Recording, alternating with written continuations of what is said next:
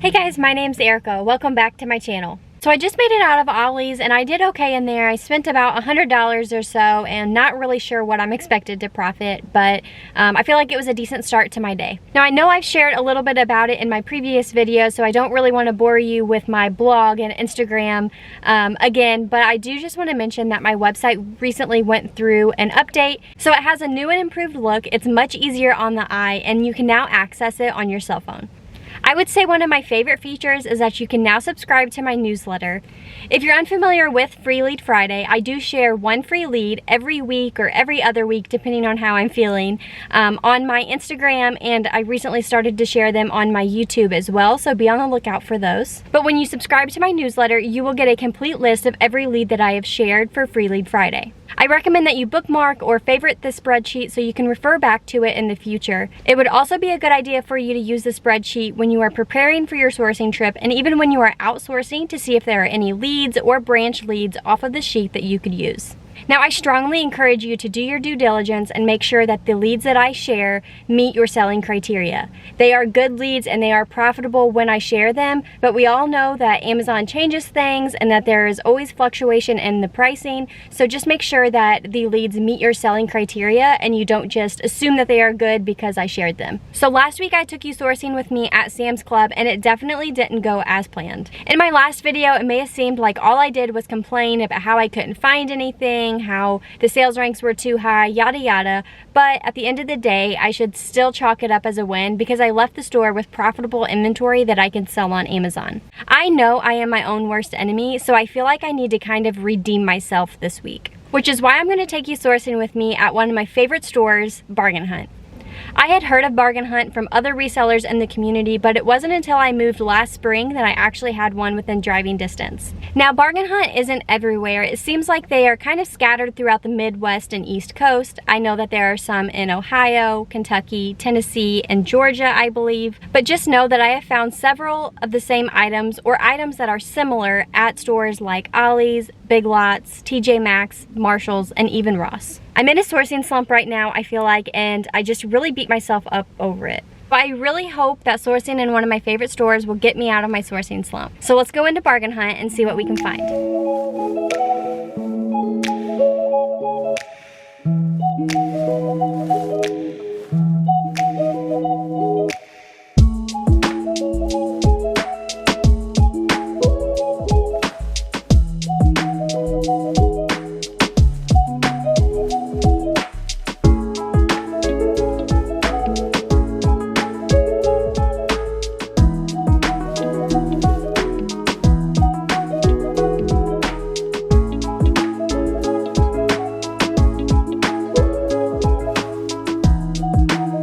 Alright guys, so I just made it out of Bargain Hunt. I had me a quick snack and I had to just kind of recoup after that sourcing trip because I feel like I did so good. I feel like I did redeem myself a little bit. I feel like now I'm very motivated to get back out and go sourcing and get back into a routine. I still don't know how much I profited from today's trip yet, so I am about to look through everything and I will let you know at the end of this video.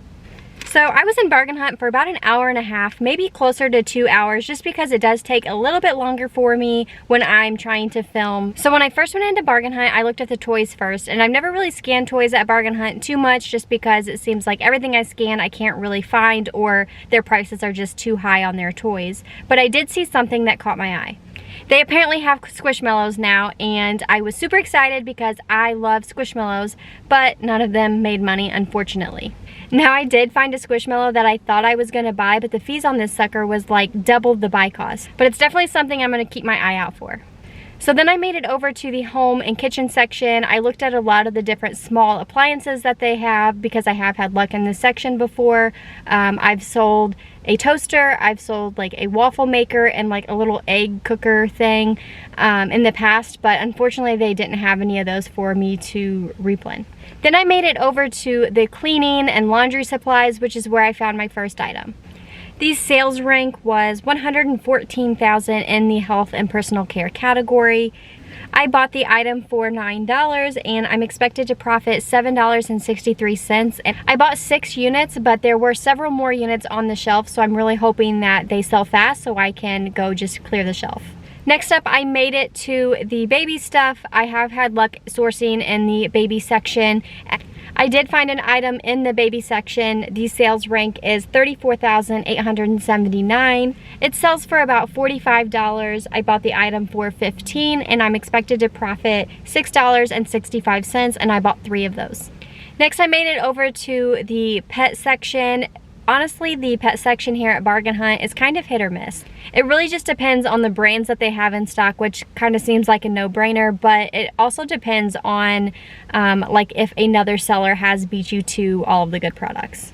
But as always, I cannot stress this enough, check expiration dates.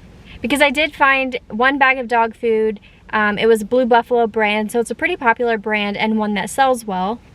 And this one actually made really good money, but the expiration date was like in March, and you definitely can't FBA. It's even a little questionable, in my opinion, to FBM, so I did just leave this one behind because I didn't want to risk it.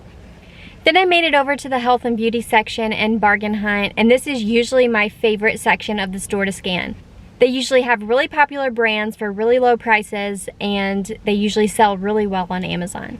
I do feel like this section was a little bare. I think probably another reseller had already been here and cleared out a lot of the good stuff. But I did find one item that made a little bit of money and then another item that I ended up buying.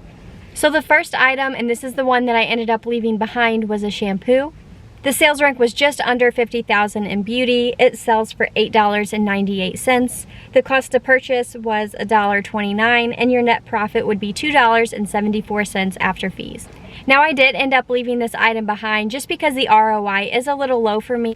But I did come across a bundle listing, and this is one that I've sold in the past, so I did end up just clearing the shelf. The sales rank is about $18,000 in the beauty category, and I bought the bundle for $9. I'm expected to profit about $4.89 on those, and again, I bought 12 bundles. Then I made it over to the grocery section, and this is by far where I had the most luck. Sorry, it's very windy and there are a lot of pissed off drivers today. Not sure what's going on. Okay, where was I? So when I was in the grocery section, I did come across a sauce. So the sales rank was $5,400 in the grocery category. I bought the item for $1.50 and I'm expected to profit $4.21. Because the buy cost was so low, I did end up just clearing the shelf because it felt like the right thing to do. So I ended up with 15 units. Now I definitely recommend, especially if you are a new seller, to not clear the shelf like that. I always recommend a test buy. But when I'm trying to figure out how many units of an item to buy, I go straight to Keepa. If you don't have the paid version of Keepa, I cannot recommend it enough. I mean, in my opinion, you shouldn't even be selling on Amazon without Keepa. My test buys are usually anywhere from 4 to 10 units, and I usually do still stick to that, but I also factor in the buy cost. Where my mind goes whenever I'm trying to figure out how many units of an item to buy is how much money am I willing to lose.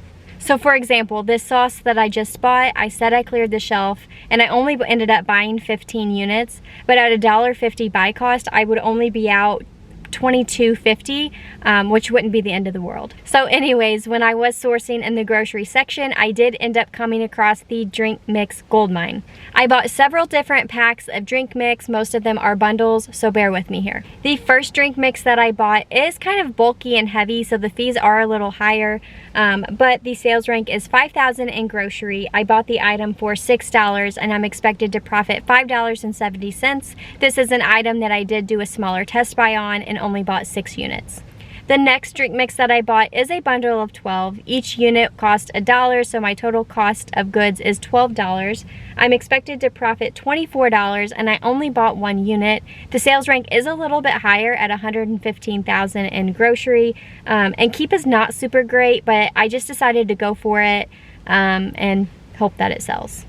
And the last drink mix bundle that I bought is actually one that I sold in the past, so I literally just bought every one of them that I could find. Now I am selling this as a bundle of 8. Each individual unit costs $2, so my total cost of goods is $16. The sales rank is $450 in grocery, so I am expecting these to just fly off the shelf. And if I remember right, when I sold on this listing before, they sold before they even checked into the warehouse. And I'm expected to profit $6.56 on these, and I ended up buying 16 bundles. So I ended up spending $551.50, and if my math is correct, I should profit about $345 in about an hour and a half sourcing and bargain hunt. Now, I am what I like to call a bargain hunt regular. I go to a bargain hunt at least once a week, and I'm usually able to get in and out just because I'm able to quickly go up and down the aisles to see what's new. So just know that when you are first starting to source at a place like Bargain Hunt, or even Ollie's for example, it can take you a long time just because there are a ton of different items. But once you get the hang of it and you get a routine established in that store, you can usually get in and out pretty quick. I hope you found this video helpful. If you have any Amazon selling questions or are looking to network with other Amazon sellers, be sure to check out my free Amazon Hangout. But that is it for today's video. As always, please make sure you like, subscribe, and comment, and I will see you guys next time.